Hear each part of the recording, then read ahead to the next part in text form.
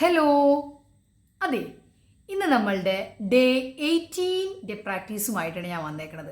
അത് magical to do list എന്നാണ് ആ ഒരു ഡേക്ക് നമ്മൾ പേരിട്ടിരിക്കുന്നത്.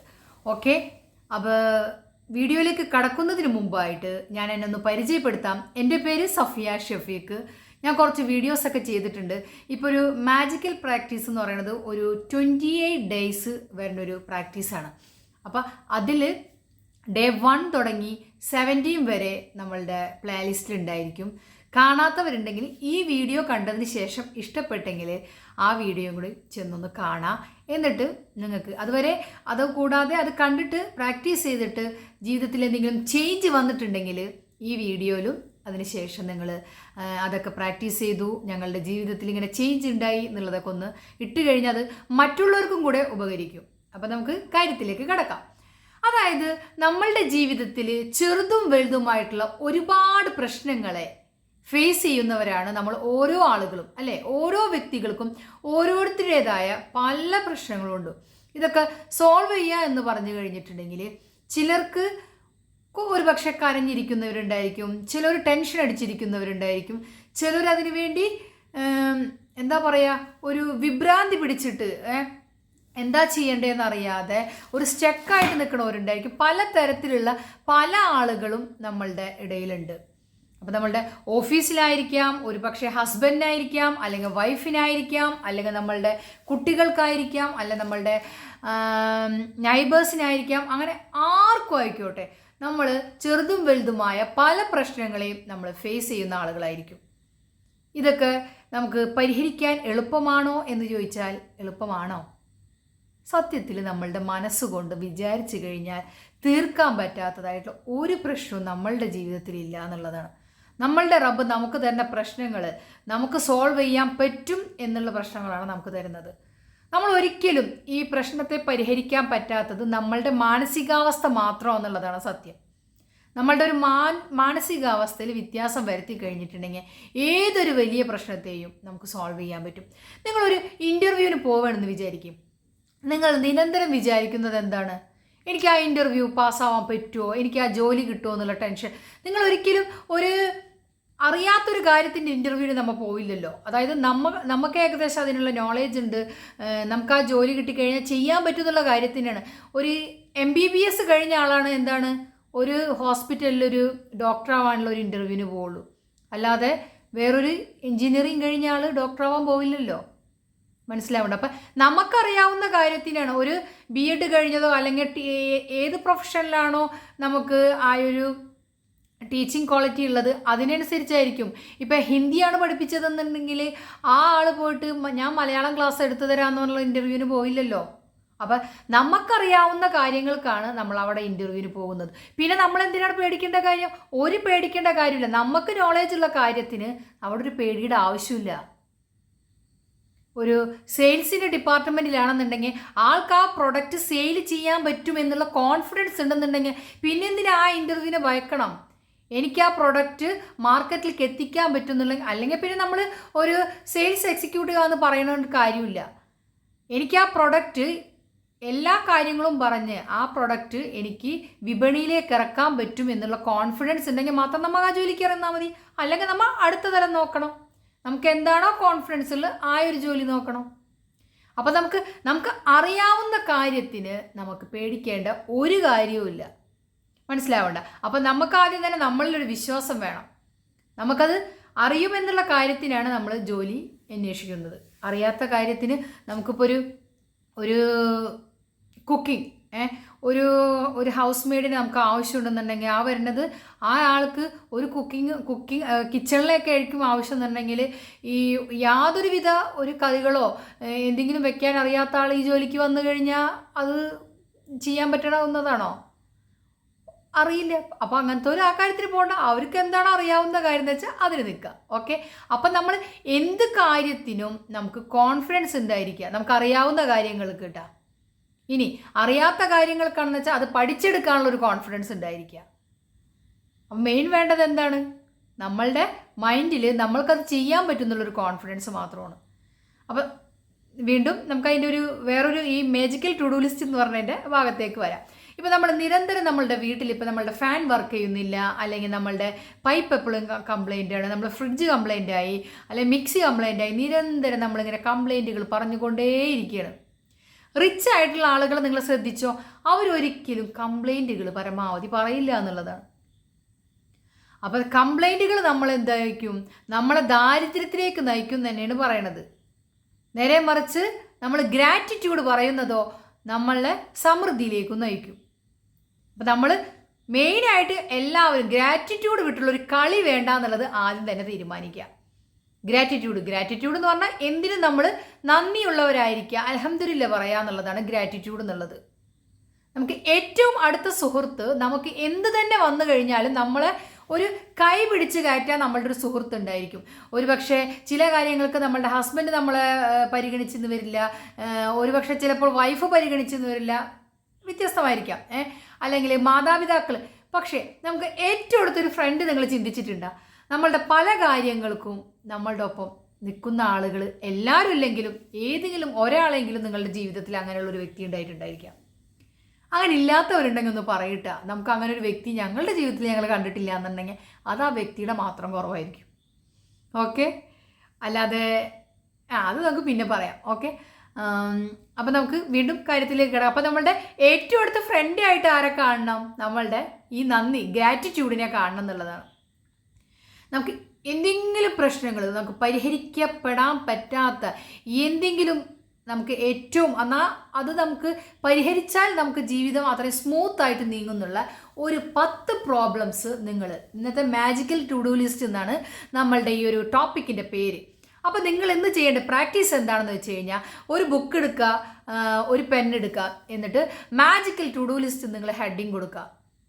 ഓക്കെ, അല്ലെങ്കിൽ മാന്ത്രിക പട്ടിക, എന്ത് വേണമെങ്കിലും നിങ്ങളുടെ ഇഷ്ടത്തിന്. അപ്പോൾ മാജിക്കൽ ടു ഡു ലിസ്റ്റ് നിങ്ങൾ ഹെഡിങ് കൊടുത്തതിന് ശേഷം നിങ്ങൾക്ക് സോൾവ് ചെയ്യേണ്ട 10 കാര്യങ്ങൾ അതിലെഴുതാം. എന്നിട്ട് ഫസ്റ്റ് പ്രയോറിറ്റി എന്ന് പറയുന്നത് ആദ്യത്തെ 3 കാര്യങ്ങൾക്ക് കൊടുക്കുക. എന്നിട്ട് നിങ്ങൾ ചെയ്യേണ്ട ഒരു കാര്യം എന്ന് വെച്ച് കഴിഞ്ഞിട്ടുണ്ടെങ്കിൽ നിങ്ങൾ പ്രശ്നത്തെ ഫോക്കസ് ചെയ്യാതെ ഈ പ്രശ്ന പരിഹാരത്തിനുള്ള കാര്യങ്ങൾക്ക് വേണ്ടി ഫോക്കസ് ചെയ്യുക എന്നുള്ളതാണ്. എനിക്ക് പ്രോബ്ലംസ് ആണ്, എനിക്കവിടെ പ്രശ്നമാണെന്ന് പറഞ്ഞു നടക്കുന്നതിനും കരഞ്ഞു നടക്കുന്നതിനും പകരമായിട്ട് ഈ 10 എണ്ണത്തിലത്തെ 3 എണ്ണത്തിൻ്റെ ആദ്യം ഏതാണോ സോൾവ് ചെയ്യേണ്ടത് അതിൽ 3 എണ്ണത്തിൽ ഒരെണ്ണം എടുത്തിട്ട് നമ്മൾ എന്ത് ചെയ്യുക, ആ പ്രശ്നം സോൾവ് ചെയ്തു എന്നതിനുള്ള ഒരു വിഷ്വലൈസേഷൻ നമ്മൾ തന്നെ തയ്യാറാക്കാം.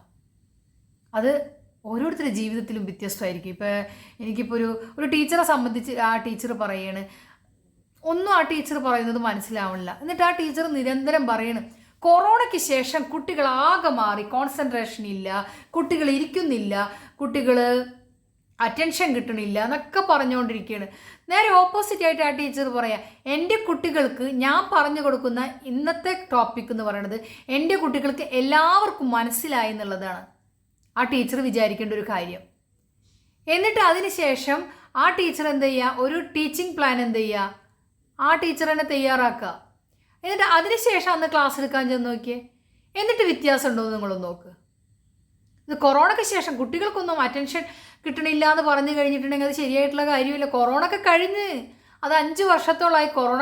വീണ്ടും നമ്മൾ ഈ കൊറോണനെയും പറഞ്ഞങ്ങാട്ട് എൻ്റെ ഷോപ്പിൽ ബിസിനസ് ഇല്ല, കൊറോണയ്ക്ക് ശേഷം ബിസിനസ് ഇല്ല, ഇതെന്നെ പാടിക്കൊണ്ടിരുന്ന് കഴിഞ്ഞിട്ടുണ്ടെങ്കിൽ നമ്മളുടെ ഷോപ്പിൽ അപ്ഡേഷൻ വരുത്താത്തത് കൊണ്ടാണ് നമ്മൾ ചിന്തിക്കുന്നില്ല. നമ്മളുടെ ഷോപ്പിൽ എന്താണോ എനിക്ക് ഇനി ചെയ്യാൻ പറ്റാമെന്ന് ചിന്തിക്കുന്നതിന് പകരം കൊറോണയ്ക്ക് ശേഷം എൻ്റെ ബിസിനസ് ആകെ ഡൗൺ ആണ്, കൊറോണ കഴിഞ്ഞ് അത് പോയി കഴിഞ്ഞ് വീണ്ടും അതിനെ ചൊല്ലിയിരുന്നു കഴിഞ്ഞാൽ നമുക്ക് നമ്മളുടെ പ്രശ്നം പരിഹരിക്കാൻ പറ്റുമോ? നമ്മളവിടെ എന്ത് ഇതായിട്ട് വെച്ചേക്കാണ്, നമ്മളുടെ മൈൻഡ് സെറ്റാക്കി വെച്ച്. കൊറോണ കഴിഞ്ഞ് പിന്നെ ഒരു രക്ഷയില്ല. നമ്മൾ സ്വയം തീരുമാനിക്കണം പിന്നെ പ്രശ്നം നമുക്ക് സോൾവ് ചെയ്യാൻ പറ്റുമോ? നേരെ മറിച്ച് ആ പ്രശ്നത്തിൻ്റെ ആൾ ഞാൻ തന്നെയാണ്, സ്വയം ഏറ്റെടുക്കുക. നമ്മളാണ് നമ്മളുടെ എല്ലാ പ്രശ്നത്തിനും നമ്മൾ തന്നെയാണ് അതിൻ്റെ മെയിൻ കാരണക്കാരെന്നുള്ളത് ആദ്യം വിശ്വസിക്കുക, എന്ത് തന്നെ വന്നു കഴിഞ്ഞാലും. എന്നിട്ട് അതിനുള്ള പരിഹാരത്തിനുള്ള ആളാരാ? എനിക്ക് അവർ സഹായിച്ചില്ല ഇവർ സഹായിച്ചില്ല എന്നുള്ളതല്ല, നമ്മൾ തന്നെ അത് ഏറ്റെടുക്കുക. നിങ്ങൾക്ക് ചെയ്യാൻ പറ്റുന്നുണ്ട്, നിങ്ങളത് ചെയ്തു നോക്കുമെന്ന്. ആ 3 എണ്ണത്തിൽ നിങ്ങൾ അത് പരിഹരിച്ചു എന്ന് ഫോക്കസ് ചെയ്യുക. നിങ്ങൾ ലൈക്ക് അട്രാക്ട് ലൈക്ക് എന്ന് പറഞ്ഞു കഴിഞ്ഞിട്ടുണ്ടെങ്കിൽ നമ്മൾ എന്ത് പ്രശ്നത്തെയാണോ നമ്മൾ എന്ത് ചെയ്യുക വിചാരിക്കുക, ആ പ്രശ്നം തന്നെ നമ്മളുടെ ജീവിതത്തിലേക്ക് ഇങ്ങനെ വന്നുകൊണ്ടിരിക്കും. നമുക്ക് പ്രശ്നങ്ങൾ വരാൻ എല്ലാവർക്കും ആഗ്രഹമുണ്ട്, ഒരാൾക്കും ആഗ്രഹമില്ല. നമ്മൾ പ്രശ്നത്തെ ആകർഷിക്കുന്ന ഒരു കാന്തമായി മാറാതെ അത് സോൾവ് ചെയ്യാനുള്ളൊരു കാന്തമായിട്ട് നമ്മൾ മാറണം എന്നുള്ളതാണ്. നിങ്ങളതിന് തയ്യാറാണോ? ഇപ്പോൾ ലൈഫിൽ എന്തെങ്കിലും ഒരു അപ്ഡേഷൻ വേണം അല്ലെങ്കിൽ ഒരു ചേഞ്ച് വേണം എന്നുള്ളവരാണ് ഈ വീഡിയോ കാണാം, അല്ലേ? അല്ലാത്തവരൊന്നും ഇങ്ങനെ ഇരുന്ന് മോട്ടിവേഷൻ പറയുന്ന വീഡിയോ ഒന്നും ആരും കണ്ടിരിക്കുന്നു എനിക്ക് തോന്നുന്നില്ല. കുറേ ടൈം പാസിനുള്ള വീഡിയോസ് ആയിരിക്കും. അപ്പം എന്നെ കാണുന്ന ആളുകൾ എന്ന് പറഞ്ഞു കഴിഞ്ഞാൽ എനിക്കിത്തിരി ചേഞ്ച് വേണം, എനിക്കിത്തിരി മാറ്റം വേണം എന്ന് ആഗ്രഹിക്കുന്നവരാണ്. അപ്പം അതുപോലെ തന്നെ ചെറിയ ചെറിയ കാര്യങ്ങൾ പറഞ്ഞു വെച്ചാൽ അതൊന്ന് അനുസരിക്കാനും കൂടെ പഠിച്ചു കഴിഞ്ഞിട്ടുണ്ടെങ്കിൽ വേറെ ലെവലാവും. ഒന്ന് ശ്രമിച്ചു നോക്കൂ. ആദ്യം തന്നെ ഒരു മാജിക്കൽ ടു ഡു ലിസ്റ്റ് തയ്യാറാക്കുക. എന്തായാലും 10 പ്രോബ്ലംസാണ് നമുക്ക് പരിഹരിക്കപ്പെടാൻ പറ്റും. ഒന്ന് പരീക്ഷിച്ച് നോക്കണോണ്ട് കുഴപ്പമില്ലല്ലോ. ആകെ എന്താ വേണ്ടത്? ഒരു ബുക്ക്, അതിലൊരു പേജ്, ഒരു പെന്ന്. Okay, pen. അതിനുശേഷം നമ്മൾ എന്ത് ചെയ്യുക? ആ ടീച്ചർ പറഞ്ഞതല്ലേ, ഒന്ന് ശ്രമിച്ച് നോക്കുക എന്ന് വിചാരിച്ചൊന്ന് എഴുതി നോക്ക്. 10 പ്രശ്നങ്ങൾ എഴുതി നോക്കൂ ജീവിതത്തിലെ. അതായത് പരിഹരിക്കാൻ വേണം കേട്ടോ ആഗ്രഹം. എന്നിട്ട് ആദ്യത്തെ 3 എണ്ണം എടുക്കുക. എന്നിട്ടത് ഞാൻ പരിഹരിച്ചു എന്ന് പറഞ്ഞിട്ട് അതിനൊരു FTB എന്നൊരു സംഭവമൊക്കെ ഉണ്ട്, അത് പിന്നെ പറയാം. അതുകൂടെ ചെയ്ത് കഴിഞ്ഞാൽ അത് പരിഹരിച്ചു എന്നുള്ളത് ഉറപ്പാണ്. അപ്പോൾ എന്നിട്ട് എന്ത് ചെയ്യുക? അത് പരിഹരിച്ചു എന്ന് വിഷ്വലൈസ് ചെയ്യുക. അതിനുള്ള മാർഗം തന്നെ വരും. കിട്ടാത്ത പ്ലംബറെ നമ്പറൊക്കെ അയൽവക്കത്തെ ഇത്തയോ ചേച്ചിയോ ആരാണെങ്കിലും നമ്മളുടെ അടുത്ത് കൊണ്ടുതരും. ഓഫീസിൽ ആരാണെന്ന് അറിയില്ല, ആ പ്രശ്നം പരിഹരിക്കാനുള്ള ആൾ വരും. നിങ്ങൾ നോക്കിക്കോ. നിരന്തരം നമ്മൾ പാടി നടക്കുന്നതിന് പകരം അത് അവർ ക്ലിയറായി തന്നെ മനസ്സിൽ വിചാരിക്കുക. ഇതൊക്കെ നടക്കണ കാര്യമാണെന്ന് മനസ്സിൽ വിചാരിച്ചു കഴിഞ്ഞാൽ നടക്കില്ല.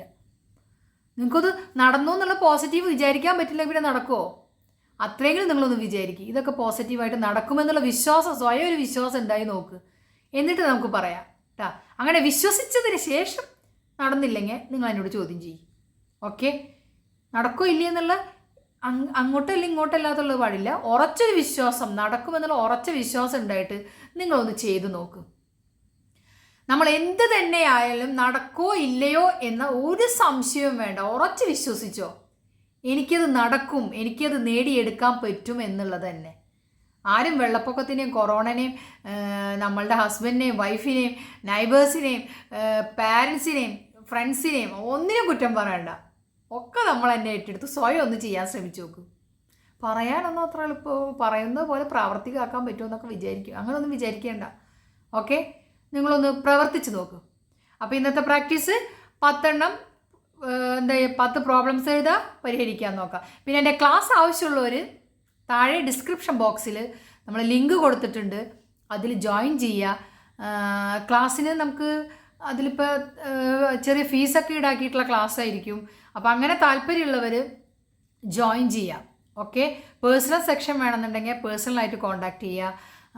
ഗ്രൂപ്പിൻ്റെ ക്ലാസ് എന്ന് വെച്ചിട്ടുണ്ടെങ്കിൽ എല്ലാ മാസവും നമ്മൾ പുതിയ ബാച്ചുകൾ ഉണ്ടായിരിക്കും. നിങ്ങൾക്ക് ഒരുപാട് ചേഞ്ച്, നിങ്ങൾ വിചാരിക്കുന്നതിനപ്പുറമായിട്ടുള്ളൊരു ചേഞ്ച് നിങ്ങളുടെ ജീവിതത്തിലേക്ക് വരുന്നുള്ളത് 100% ഉറപ്പായിട്ടുള്ള കാര്യമാണ്. അപ്പോൾ വീണ്ടും അടുത്ത വീഡിയോ വരുന്നത് വരെ ബായ്.